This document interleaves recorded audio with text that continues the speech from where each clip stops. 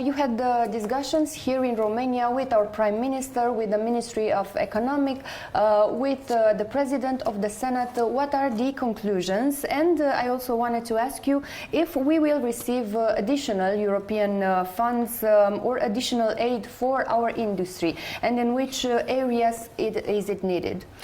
Bon, d'abord, merci pour votre invitation et effectivement, nous avons eu des discussions importantes dans un moment clé et c'est mon premier déplacement dans une capitale européenne et c'est un signal à la fois de confiance et puis d'envie de faire progresser nos relations avec ce gouvernement, de coordonner les politiques de compétitivité européennes que nous avons. La Roumanie est un des pays les plus industrialisés d'Europe. Je sais de quoi je parle puisque la France a abandonné ses politiques industrielles il y a 20 ans et aujourd'hui on regrette énormément, on a perdu énormément d'industrie de l'autre côté de l'Europe. Et donc on a besoin de l'industrie évidemment roumaine, on a besoin également de la transformer, de la soutenir et c'est sur toutes ces questions que nous avons évoqué les points avec le gouvernement. J'ai pris également des engagements de faciliter l'ouverture de mines pour rechercher des matières premières partout en Roumanie. La question du permis, de la simplification était aussi au centre de nos discussions puisqu'il va falloir simplifier très très fortement l'administration européenne, la rendre plus lisible, plus efficace également. Ça, ce sont des objectifs que nous partageons avec le Premier ministre et le ministre de l'économie.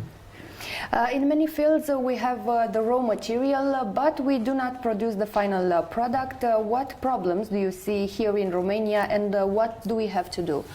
On a un problème global en Europe, c'est-à-dire qu'on a investi énormément dans les usines, dans l'industrie, sans pour autant sécuriser l'approvisionnement de matières premières.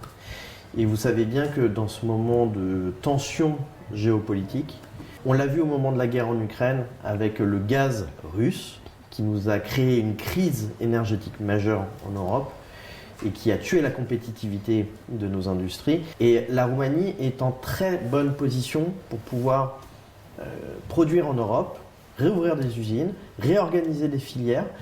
Et ils sont avec l'industrie de l'acier, l'industrie de l'aluminium, les matières premières, les matières critiques, les terreaux rares. Tous ces éléments sont présents aujourd'hui en Roumanie et ont un avenir, en tout cas dans la réindustrialisation européenne que nous voulons. I want to talk a little bit about the automotive industry. What problems are there in this industry at European level in Romania, and what are the forecasts for 2025? And also, why are electric car sales declining, and what measure can be taken? Il y a beaucoup de questions. D'abord, c'est 7% du PIB européen, 14% du PIB de la Roumanie. Donc on voit bien que cette question, y compris en Roumanie, elle est presque plus importante que dans la moyenne des pays européens. On va soutenir cette filière qui a besoin de créer de la demande de véhicules, qui a besoin de se décarboner puisqu'elle a exactement les mêmes problèmes que les autres industries européennes, le prix de l'électricité, le prix de la main-d'œuvre, capacité justement de pouvoir s'installer, les procédures administratives. Et donc il faut plus de simplification administrative. Tout ça, nous allons l'organiser dans un plan. Je serai probablement amené dans les prochaines semaines et dans les prochains mois avec mes collègues à répondre à toutes ces questions. La question des amendes, la question des dates, la question des moyens, et la question de la demande que nous pouvons susciter en plus dans les prochains mois. Ça veut dire que les flottes professionnelles doivent être également utilisées pour pouvoir acheter de nouveaux véhicules neufs. Il faut qu'on puisse, avec l'ensemble des collectivités et des États, regarder sur le leasing social. Nous allons pousser la filière et nous allons l'aider à pouvoir passer ce moment un peu compliqué. On est dans une période de transition en réalité. Et comme dans toute période de transition, il faut que la puissance publique puisse aider, et notamment la Commission européenne fera sa part. Is it possible for Europe to abandon Green Deal, or should it be modified? Because we have an explosion of the price of energy and gas. Here in Romania, we have the highest price for energy. The prices for energy and gas are capped right now. The cap expire in April, and at that moment, the Romanians' bills could double. How can we deal with the energy crisis in Europe and here in Romania? D'abord, la crise énergétique, elle est la conséquence que l'Europe ne produit pas son électricité. Et donc l'Europe et la Roumanie, de la même manière, importent des hydrocarbures. En Europe, c'est 400 milliards d'euros qui est dépensé pour acheter des hydrocarbures à l'étranger, en dehors de l'Union européenne. Ces 400 milliards qu'on pourrait utiliser pour la santé, pour la compétitivité européenne, pour les hôpitaux, pour les écoles, pour l'éducation de nos enfants, 450 milliards qui sont perdus. Qu'est-ce qu'on nous propose? On nous propose de créer notre propre énergie. Il faut qu'on puisse créer notre énergie sur le territoire européen. Ça a du sens économique. Et donc, pas abandonner le Green Deal, pas même pour des questions climatiques, mais surtout pour des questions économiques. C'est la bonne voie. Il faut pouvoir créer son électricité sur le territoire européen. Et donc, plus de production, plus d'infrastructures entre les pays pour les interconnecter et faire descendre le prix.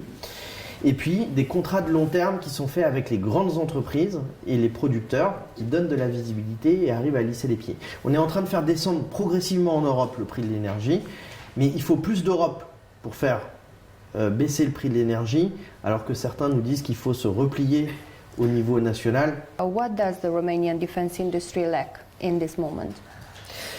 We have Il y a a deux war enjeux. at our border. Ouais, il y a deux enjeux sur l'industrie de la défense. Le premier, c'est l'interopérabilité.